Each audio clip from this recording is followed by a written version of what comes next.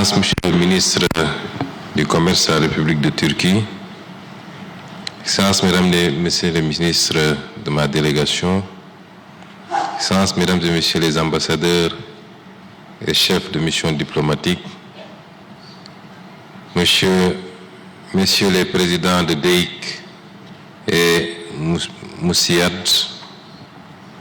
Monsieur le directeur général de l'APIX, Mesdames et Messieurs les représentants du secteur privé national et international, distingués invités, chers participants, Mesdames et Messieurs. Je voudrais d'abord adresser mes sincères remerciements à DEIC, Moussiad et l'APIX pour l'organisation de ce forum des affaires qui illustre l'excellence de la coopération entre nos deux pays et l'importance que nous accordons au dialogue économique et au partenariat public-privé. Je profite de cette opportunité pour transmettre les salutations, mais également les encouragements de Son Excellence, le président Bassirou Diomaye Diakhar Faye, président de la République du Sénégal, et vous réaffirme son engagement constant, qui est de faire du secteur privé national comme international le moteur de notre transformation économique conformément à l'agenda de transformation nationale. À ce titre, ce forum économique Turquie-Sénégal qui se tient ici à Istanbul intervient dans un contexte porteur d'espoir et illustre surtout l'intérêt stratégique que notre pays accorde au renforcement du partenariat sénégalo-turc.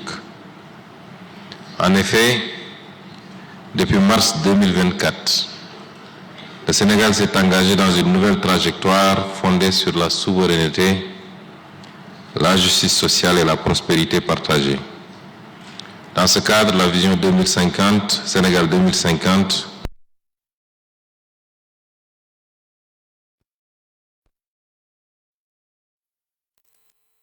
en libérant les énergies, en valorisant les potentialités et en bâtissant un partenariat équitable entre l'État, le secteur privé national et les investisseurs internationaux.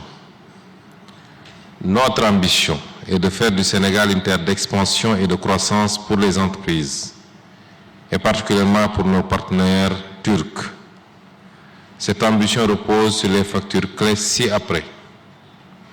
Miser d'abord sur les atouts du Sénégal qui ont été rappelés ici par tous les intervenants, notamment la stabilité, la position géographique, les ressources naturelles et humaines, les infrastructures modernes et un climat des affaires compétitif. C'est aussi de la diversification des partenariats stratégiques afin d'assurer la résilience et la montée en gamme de notre économie. C'est aussi de positionner le Sénégal comme un acteur clé des chaînes de valeurs industrielles africaines dans le cadre de la ZLECAf, mais aussi mondiale en s'ouvrant davantage aux flux commerciaux internationaux. C'est enfin de mettre en œuvre des projets transformateurs dans les secteurs stratégiques, comme l'a rappelé tout à l'heure Monsieur le directeur général de l'APIX, les secteurs de l'énergie, de l'hydraulique, des infrastructures, de l'industrie, de l'agriculture et du numérique. Mesdames et Messieurs, le nouveau paradigme économique que nous portons repose sur trois piliers essentiels. La transformation locale de nos ressources, la valorisation de notre potentiel humain et un ancrage territorial fort. Cette orientation traduit un choix clair en faveur de l'emploi, de l'équité sociale et de la souveraineté économique. Pour le partenariat, dans le cadre de cette nouvelle dynamique, le Sénégal souhaite renforcer son partenariat avec la Turquie autour de 5 axes prioritaires. D'abord, l'énergie. la mise en œuvre des stratégies du gaz to power et du gaz to industry. Ensuite, l'industrialisation par la création de chaînes de valeur locales durables, notamment dans les secteurs à forte intensité de main-d'œuvre, que sont les secteurs du textile, des matériaux de construction et des énergies renouvelables. La transformation numérique avec des partenariats dans l'e-commerce, l'intelligence artificielle et la cybersécurité. Le secteur de l'éducation et de la recherche par la création d'un centre de formation en innovation technologique et d'un institut conjoint. La souveraineté sanitaire par le co-développement d'infrastructures hospitalières, de laboratoires pharmaceutiques et de dispositifs biomédicaux. Ces axes traduisent notre volonté de renforcer la résilience économique et technologique du Sénégal. Pour ce qui est des réformes et du cadre des affaires, pour l'opérationnalisation de cette vision, le gouvernement du Sénégal met en œuvre 8 pôles de développement intégrés, interconnectés par de grandes infrastructures et soutenus par un environnement fiscal et juridique compétitif, ce qui justifie l'amorçage d'un ensemble de réformes clés. La réforme du Code des investissements pour garantir la prévisibilité et la stabilité et offrir un cadre incitatif aux investissements stratégiques. Une refonte du Code général des impôts et du Code des douanes pour une fiscalité plus compétitive. Une nouvelle loi sur les partenariats publics-privés pour stimuler les co-investissements stratégiques. Une loi sur les zones économiques spéciales pour faire émerger des hubs industriels intégrés. Un régime clair d'import-substitution pour favoriser la production locale et réduire notre dépendance extérieure. J'ajouterai une réforme du cadre foncier, du cadre juridique qui encadre le foncier pour permettre un accès encadré et sécurisé aux investisseurs. Ces réformes visent à offrir un cadre lisible, compétitif et sécurisé, capable de rassurer les investisseurs internationaux et de soutenir l'initiative privée nationale. Elles s'inscrivent dans le cadre d'une trajectoire macroéconomique nouvelle. La loi de finances rectificative 2025 fixe 4 priorités que sont l'appurement de la dette intérieure, la relance de l'investissement productif, le soutien au secteur privé via les partenariats publics-privés et l'amorçage de la souveraineté alimentaire.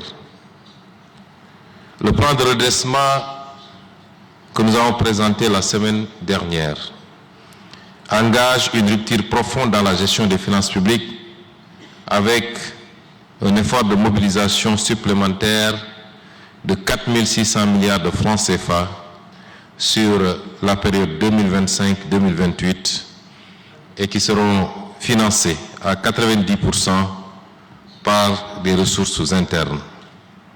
Ce plan repose sur la mobilisation endogène, les parcs nationales, la diaspora, les recettes fiscales élargies, la renégociation des contrats stratégiques, le recyclage d'actifs publics et surtout une réduction du train de vie de l'État.